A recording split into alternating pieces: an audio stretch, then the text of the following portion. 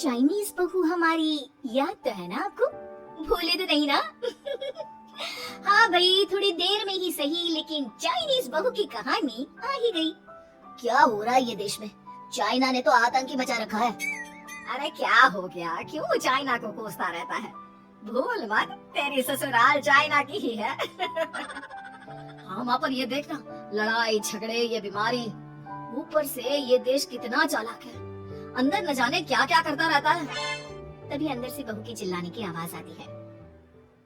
अरे क्या हो गया बहू, क्यों चिल्ला रही है? माँ जी, ये देखिए, ये रूस ने यूक्रेन की हालत क्या कर दी है। ऊपर से चाइना में दोबारा लॉकडाउन लग गया है। माँ जी, अब क्या किया जाए? अरे तो तुम लोगों को क्या परेशानी हो रही है, मैं तो यही नहीं समझ पा रही हूँ। वो क्या है ना माँ, हम लोग चाइना जाने की सोच रहे थे। सांगसू के भाई की शादी है। तो क्या? अरे कौन सा उन लोगों के यहाँ भाई घोड़ी चढ़ता है जो बहन काजल लगा कर नेक लगी? माँ जी, उसकी आंखें बहुत छोटी छोटी है, उसमें या तो पुतली रह सकती है या काजल। साले की पुतली निकाल कर काजल लगा दो, अंधा कहीं का। क्या क्या बोले तुम मेरे भाई के बारे में? अरे नहीं नहीं बहू, वो तो बोल रहा था कि तुझे नेक मिल जाएगा। बहन है ना तो उसकी। नहीं नहीं माँ जी, मैं सब समझती, ये मेरे भाई का मजाक बनाते रहती। कितना सीधा है मेरा भाई, बिल्कुल छिपकली जैसा।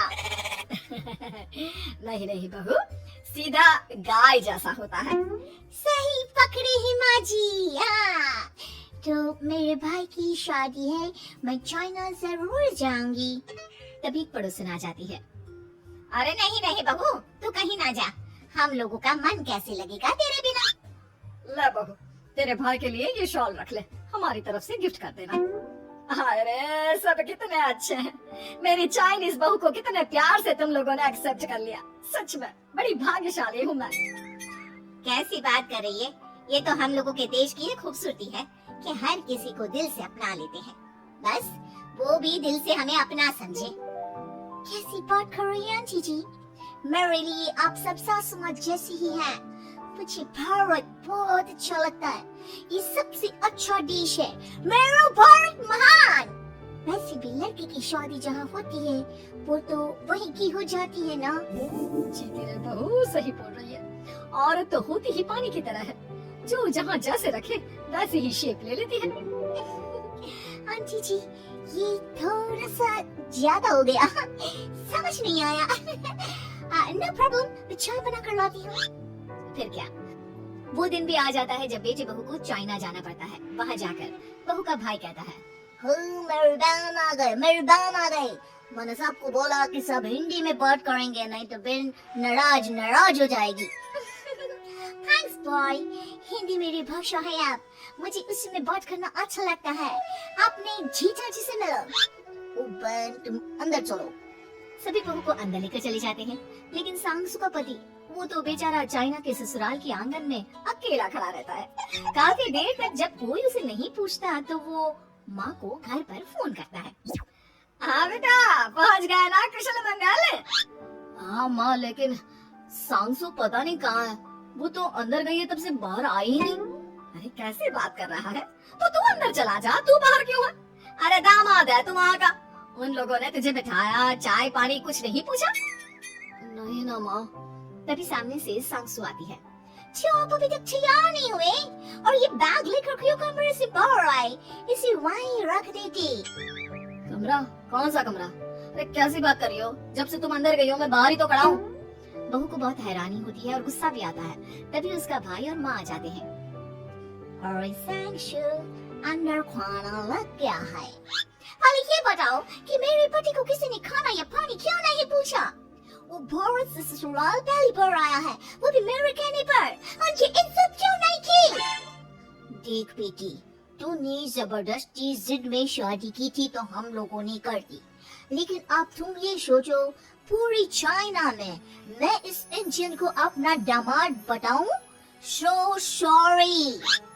हाँ सांगसू, और तुम भी चुप रहना, नहीं तो वो लोग मेरी शादी तोड़ देंगे। ओह, ऐसी बात है, कोई बात नहीं, मैं बाहर होटल में रह लेता हूँ, तुम वही करो जो ये लोग चाहते हैं। कैसी बात कर रहे हो? शादी के बाद पति जैसा भी हो, जो भी हो, पति होता है। वैसे भी तुम्हारे पूरे परिवार ने, सबने बिना सोचे मेरा साथ दिया, मुझे एक्सेप्ट किया, प्यार किया। मैं अपने देश में आपको अकेला कैसे छोड़ सकती हूँ? ये हिंदी फिल्म का ड्रामा बंद करो, मैं अब ये बर्दाश्त नहीं करूँगी। चुपचाप अंदर चलो, नहीं तो ये शादी वादी यहीं खत्म करके इसे अकेले ही इंडिया जाना पड़ेगा। कैसी बात कर रही हो माँ? ये मेरे पति है नहीं था। हम लोगों ने यहाँ वकील को बुला लिया है, जिसके बाद अब तेरा तलाक करा के हम यहाँ के चाइनीज लड़के से तेरी शादी करा देंगे। अरे कैसी बात कर रहे हो? हम तो यहाँ तुम्हारी शादी के लिए आए थे।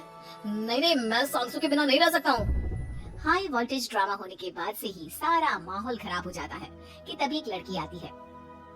मैंने सारा इंतजाम कर दिया है, सांसू की शादी का मंडप परसों लग जाएगा। आप लोग इसके पति को कमरे में बंद कर देते हैं। सभी सांसू के पति का हाथ बांधकर उसे कमरे में बंद कर देते हैं। ये क्या खानदानी है? हम लोग मेरे पति के साथ ऐसा नहीं कर सकते हैं। मैं किसी से शादी नहीं करूंगी, ये साफ बात है। पहले मैं आपसे शादी करूं, फिर तेरी भी शादी करवा दूंगा। सब कुछ तय हो जाता है, भाई की शादी हो जाती है। फिर वो दिन भी आ जाता है जब सांसू की शादी वो लोग जबरदस्ती करने के लिए उसे मंडप पर ले जाते हैं। ऐसा मत करो, ये मेरी बीवी है। मैं किसी से शादी नहीं करूंगी। कैसे नहीं करेगी शादी? शादी तो तेरा बाप भी करेगा। हो, मैं करूंगा शादी। प्लीज कोई मेरी शादी किसी अच्छा औरत से करवा दे। चुप, बिल्कुल चुप। फिर माँ सांसू और उसके पति से कहती है, तुम लोगों का बच्चा मेरी कैद में है। अगर तुम लोगों ने कोई भी होशियारी की तो मैं इस बच्चे को मार दूंगी। दोनों माँ का रूप देखकर हैरान हो जाते हैं। बच्चे की खातिर दोनों शांत हो जाते हैं और शादी की रस्में शुरू हो जाती है कि तभी सांसू की सास पुलिस के साथ आ जाती है। ससुर माँ आ गई, मेरी माँ आ गई। माँ प्लीज हम लोगों को बचाकर वापस ले चलो। पुलिस सभी को गिरफ्तार कर लेती है। बेटे के बच्चे को मारने की धमकी तो कोई चुड़ैल दे सकती है। अरे तो ये चुड़ैल तो है। ये सही बोल रहे हैं, ये औरत किसी चुड़ैल से कम नहीं है। तभी उन लोगों का बच्चा भी आकर सांसू के गले लग जाता है। माँ तू सही समय पर आ गई, लेकिन तुझे कैसे पता चला कि यहाँ ये सब हो रहा है? बेटा ये चाइनीज लोग ना होते ही धोखेबाज है। इन लोगों पर मुझे भरोसा नहीं था, इसलिए मैंने तेरे फोन को हमेशा के लिए मेरे फोन से अटैच कर दिया था, जिससे तेरे आसपास होने वाली सारी बात मैं सुनती रहूं। उस दिन भी मेरी तेरी बात हो रही थी तो तेरा फोन ऑन था, मैं सब समझ गई थी। मुझे माफ कर दो। नहीं, बिल्कुल नहीं। चलिए माँ जी, इंडिया वापस चलते हैं। आज के बाद मैं यहाँ कभी नहीं आऊंगी।